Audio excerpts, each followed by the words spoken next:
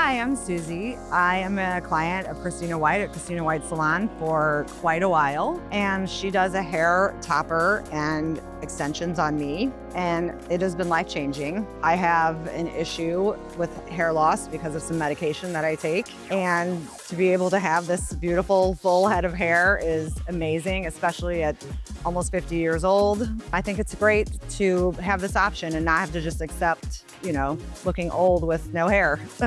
I'm a Pilates instructor and an avid exerciser, so I can live my whole life with this hair on and put it up if I need to work out, and every day is a good hair day.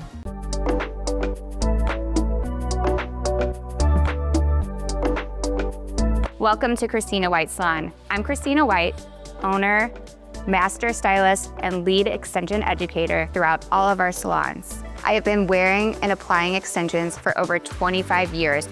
We do more extensions in the Midwest and rank among the top in the United States, so you're in great hands. Along with my team of top stylists, I am beyond excited to offer you the most innovative solutions for hair loss. Now let's run through all the different options we have, the care instructions, and the maintenance so we can help you choose what option is right for you.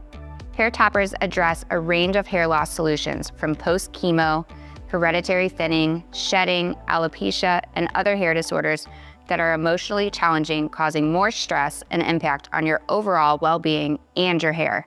So this might be a more temporary solution for you. Let's say it's the transition from a wig to a topper post-chemo, or more of a lifestyle option. Regardless, we need to keep your look beautiful and timeless. Hair toppers cover the crown of the head where traditional extensions can't be worn because the hair is too thin or too short.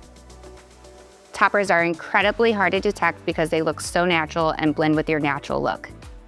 The way that they are applied is called a hair system. There's two options for the application of the topper and two different ranges in pricing for more permanent daily wear. Hair Dreams is our most secure, low-maintenance option. It is fused at the front and beaded around the back. There's an option to pull your natural hair through the top as well for a natural blend. Our second option is the blended topper. Our blended hair system is completely beaded on. Both options are the same maintenance. Regardless of the application, both are completely safe for the hair. They come in a variety of lengths, colors, and textures to match your natural hair. Now let's talk about the maintenance. The initial appointment is the application. We will custom color if needed, layer and trim your hair for a flawless blend. Then comes your regular maintenance appointments.